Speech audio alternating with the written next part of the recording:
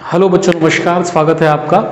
आज के इस वीडियो पे हम लोग बात करेंगे समानुपात के बारे में। जैसे पिछली बार मैंने समानुपात का आपको एक ओवरव्यू दिया हुआ था, एक प्रारंभिक आपको उसके बारे में बताया हुआ था कि क्या होता है समानुपात।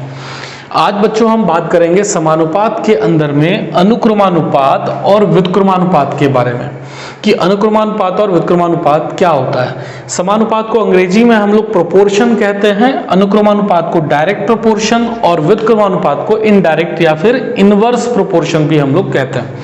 तो चलिए बच्चों हम बात करते हैं अभी सबसे पहले अनुक्रमानुपात के बारे में कि अनुक्रमानुपात क्या होता है। तो जैसे बच्चों यदि मान लीजिए आप किसी राशि का मान बढ़ाएं या घटाएं, है ना, तो जब आप किसी एक राशि का मान बढ़ाते हैं तो उससे संबंधित जो दूसरी राशि होगी यदि उसका मान भी उसके साथ में बढ़े या घटे तो ऐसे संबंध को हम लोग अनुक्रमानुपात कहते हैं। ध्यान रखना है बच्चों कि जब आप किसी राशि को बढ़ा रहे हैं तो उससे संबंधित जो दूसरी राशि होगी वो भी बढ़नी चाहिए, और जब घटा रहे हैं तो दूसरी राशि भी क्या होनी चाहिए, घटनी चाहिए। जैसे मान लीजिए कि हम बात करते हैं कि किसी एक कार की हम बात कर लीजिए, ठीक है बच्चों। जैसे मान लीजिए एक कार में यदि आप पेट्रोल डालते हैं, उसमें तकरीबन आप पेट्रोल डाल रहे हैं मान लीजिए 4 लीटर का, ठीक है बच्चों। आपने 4 लीटर का पेट्रोल डाला और इस 4 लीटर में वो कार जो है आपकी, मान के चलते हैं हम 100 किलोमीटर का दूरी तय करती है, ठीक है बच्चों।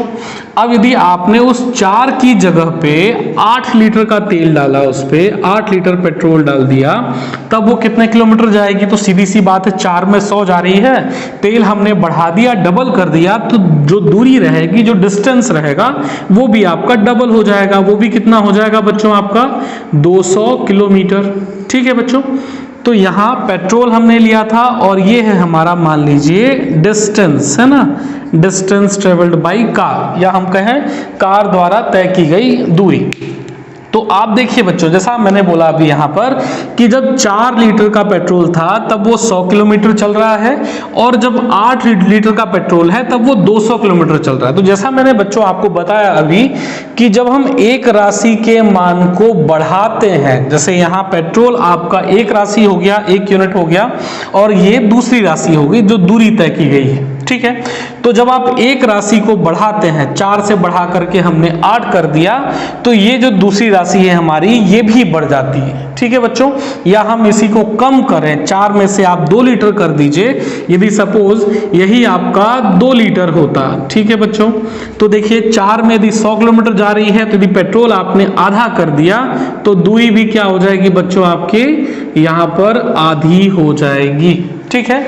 तो यदि आप मान को बढ़ा रहे हैं तो ये भी बढ़ रहा है, आपकी दूरी भी बढ़ रही है, और जो आप पेट्रोल के मान को घटा रहे हैं तो दूरी भी क्या हो रही है बच्चों, घट रही है, ठीक है बच्चों। तो ये बात समझ में आया। तो जब आप एक राशि को मान लीजिए यहाँ पर इसको हम x से दर्शा रहे हैं और इसको हम y से दर्शा रहे हैं, ठीक है बच्चों। तो जब आप एक मान को बढ़ाते हैं तो दूसरा मान भी बढ़ता है, एक राशि को बढ़ाते हैं तो दूसरी राशि भी बढ़ती है, एक राशि को घटाते हैं तो दूसरी राशि भी क्या होती है बच्चों, घटती है। तो ऐसे दोनों राशियों x और y के बीच में संबंध को हम अनुक्रमानुपात कहते हैं या सीधा समानुपात कहते हैं, सीधा संबंध कहते हैं, ठीक है बच्चों।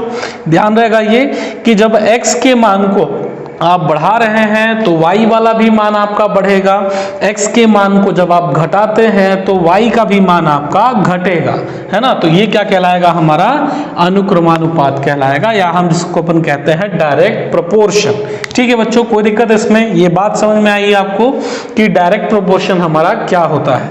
अब इसी तरीके से यदि हम बात करें व्युत्क्रमानुपात की, इनडायरेक्ट प्रोपोर्शन या फिर इनवर्स प्रोपोर्शन की, तो बच्चों इनवर्स प्रोपोर्शन में क्या होता है, जस्ट इसका उल्टा। उल्टा कैसा बच्चों, नाम से जैसे है ना व्युत्क्रम, इनवर्स उल्टा, कि जब आप किसी एक राशि के मान को बढ़ाते हैं, जब आप उसको बढ़ाएं तो दूसरी राशि जो है उसका मान कम हो जाए, उल्टा प्रभाव पड़े। एक को बढ़ा रहे हैं तो दूसरी क्या हो रही है बच्चों, घट रही है, या दूसरे को घटा रहे हैं तो जो अगली है वो आपकी बढ़ रही है, ठीक है बच्चों। x के मान को बढ़ाएंगे तो y का मान घटेगा, x के मान को घटाएंगे तो y का मान बढ़ेगा। जब उल्टा प्रभाव पड़ता है तो उसको हम कहते हैं व्युत्क्रमानुपात। ठीक है बच्चों, इनडायरेक्ट प्रोपोर्शन या फिर इनवर्स प्रोपोर्शन। इसको हम कैसे समझ सकते हैं बच्चों? तो इसको हम लोग सेम यही कार की एक एग्जांपल से हम समझते हैं। इसमें सपोज मान के चलिए आपकी स्पीड जो है, यहां हम स्पीड को ले लेते हैं। ठीक है बच्चों, यहां स्पीड ले लेते हैं और डिस्टेंस ले लेते हैं। ठीक है बच्चों, डिस्टेंस, स्पीड को हमने x मान लिया, डिस्टेंस को हमने y मान लिया। अब बताइए बच्चों, यदि सपोज मान के चलिए कि आपकी स्पीड है 40 किलोमीटर प्रति घंटा, 40 किलोमीटर प्रति घंटा, और इस स्पीड में जब आप चलते हैं तो कोई एक निश्चित दूरी जो है, मान लीजिए आपने उसको 1 घंटे में पूरा किया। कितने घंटे में पूरा किया बच्चों? 1 घंटे में पूरा किया। ठीक है, ध्यान रखिएगा यहां मैं डिस्टेंस जो है, अच्छा सॉरी, यहां हम समय ले लेते हैं, टाइम लेके चलते हैं। चलिए, यदि टाइम ले लिया है मैंने तो y। ठीक है, तो यदि कोई 40 किलोमीटर प्रति घंटे की स्पीड में कोई कार चल रही है तो किसी दिए गए दूरी को वो 1 घंटे में तय करता है। अब यदि मैं इसका स्पीड को डबल कर दूं, है ना, इसका जो स्पीड है, इसका जो चाल है उसको डबल करके मैंने कर दिया इसको 80 किलोमीटर प्रति घंटा। ठीक है बच्चों, अब देखिए यदि स्पीड इसकी डबल हो गई तो जो समय लगना है इसको उस दूरी को तय करने में, वो क्या हो जाएगा? इसका आधा हो जाएगा। मतलब ये लगभग हो जाएगा 30 मिनट, है ना, या हम यूं कहें आधा घंटा, है ना, आधा घंटा ही लिख लेते हैं। बाद में आपको संबंध हम दिखाएंगे इसमें कि क्या फर्क पड़ता है। ठीक है बच्चों, बात समझ में आई? तो आप देख रहे हैं कि जब एक राशि को मैं बढ़ाता हूं, एक वेरिएबल को मैं बढ़ा रहा हूं, तो दूसरा मान मेरा जो हो रहा है वो क्या हो रहा है? कम हो रहा है। या दूसरे मान को मैं घटाऊंगा तो अगला मान मेरा क्या होगा? बढ़ेगा। कैसे?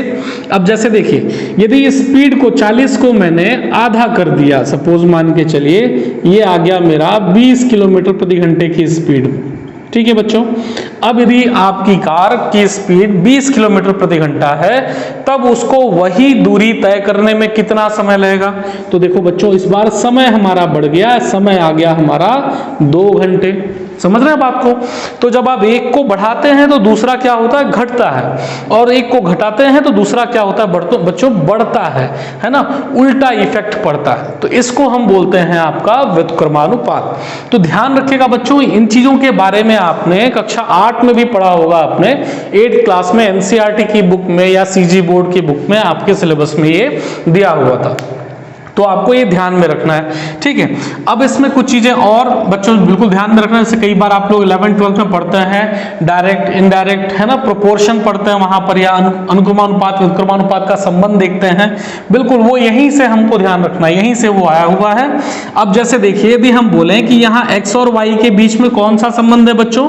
तो अनुक्रमानुपात का संबंध है, और अनुक्रमानुपात को हम लोग दर्शाते हैं x, और ये हुआ हमारा संबंध दर्शाने का तरीका, और अनुक्रमानुपाती y। यहां देखिए डायरेक्ट में संबंध है ना बच्चों, ये इस रिलेशन को आपको ध्यान रखना है। जहां पर भी आपको ऐसा मिलता है वहां आपको इस रिलेशन को ध्यान में रखना है कि ये डायरेक्ट प्रोपोर्शन में है, सीधा सीधा मिल रहा है हमको। मतलब x के मान को बढ़ाऊंगा तो y का मान बढ़ेगा, x के मान को घटाऊंगा तो y का मान घटेगा। ठीक है बच्चों, इसी प्रकार से जब हम व्युत्क्रमानुपाती की बात करते हैं, है ना, तो इसमें हम x और y के बीच में संबंध को इस प्रकार से दर्शाते हैं 1/y।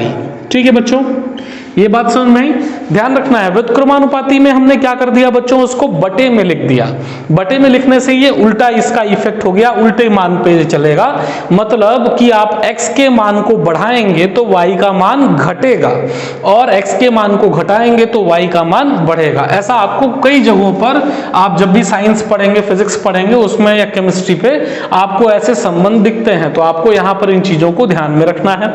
ठीक है बच्चों, तो इसको भी हम अनुक्रमानुपाती ही पढ़ते हैं, x का अनुक्रमानुपाती 1/y है ना, 1/y पढ़ लेता है, ठीक है।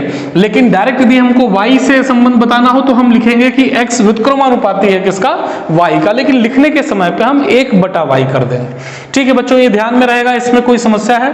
मेरे ख्याल से आप समानुपात और अनुक्रमानुपात और व्युत्क्रमानुपात क्या होता है उदाहरण के साथ आप उसको समझ गए। एक बार फिर से हम रिवाइज करें कि समानुपात में जब आप एक राशि के मान को बढ़ाते हैं तो दूसरी राशि का मान भी बढ़ता है, एक राशि के मान को घटाएंगे तो दूसरी राशि का मान भी घटेगा।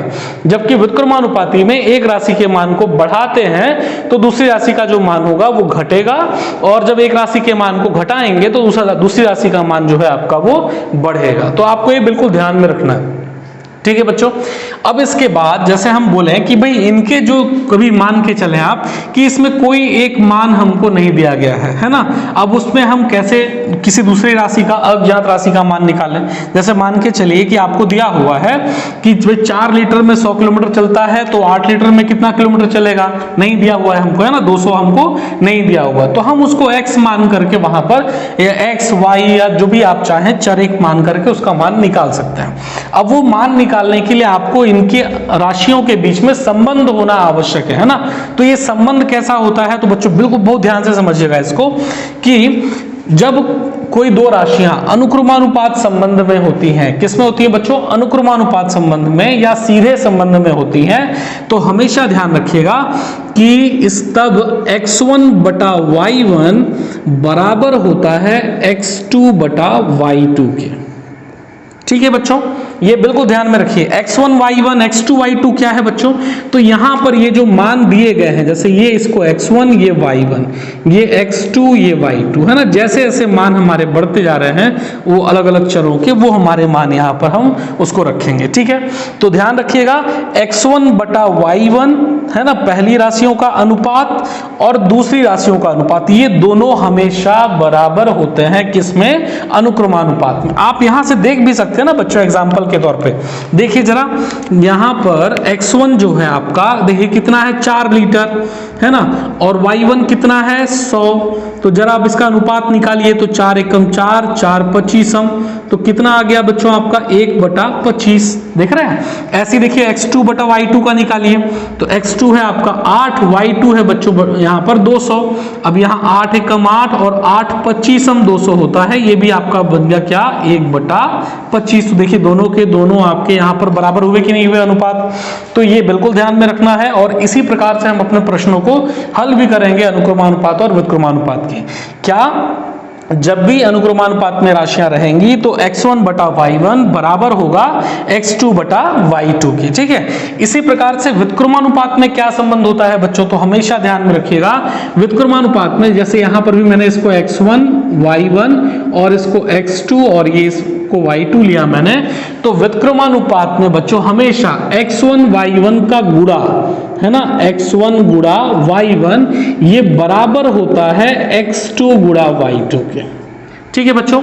ये है आपका व्युत्क्रमानुपात का संबंध, इनडायरेक्ट प्रोपोर्शन का रिलेशन, कि x1 y1 का जो गुणा होगा ये हमेशा बराबर होगा, नियत होगा किसके, x2 y2 के, है ना। ये जरूरी नहीं कि हम किसी भी दो को दर्शाएं, हमेशा ध्यान में रखिएगा x के किसी भी मान के लिए जब भी हमको y मिलेगा तो उसका अनुपात अनुक्रमानुपात में हमेशा बराबर होगा। इसी प्रकार से व्युत्क्रमानुपात में जब भी x के किसी भी मान के लिए y का जो भी मान हमको मिलेगा तो इन दोनों का गुणा हमेशा इन दोनों के गुणे के बराबर होगा। ऐसे इन दोनों का गुणा भी हमेशा क्या होगा बच्चों, बराबर होगा। कैसे देखिए जरा, तो देखिए x1 y1 कितना होगा, तो 40 एकम कितना हो जाएगा बच्चों, देखिए 40 आया यहां पर, और 80 गुणा 1/2, तो यहां देखिए 80 गुणा 1/2 हमने किया, कितना आ जाएगा बच्चों 2 40। देखिए ये भी यहां पर भी क्या बचा आपको, 40 बचा कि नहीं बचा, देखिए यहां भी 40, x1 y1 भी 40 और x2 y2 भी 40। ये दो हमेशा क्या रहेंगे कि ये मान आपके, ये संबंध आपका नियत रहेगा। इसी तरीके से यदि आप x3 y3 निकालेंगे वो भी आपको यहां पर 40 मिलेगा। देखिए x3 है आपका 20, y3 है आपका 2, तो 20 गुना कितना हो जाएगा बच्चों, यहां पर वो भी 40 हो जाएगा। तो अनुक्रमानुपात और व्युत्क्रमानुपात में आपको ये संबंध ध्यान रखना है। इन्हीं संबंधों को हम ध्यान में रख करके अपने प्रश्नों को हल करेंगे, ठीक है बच्चों।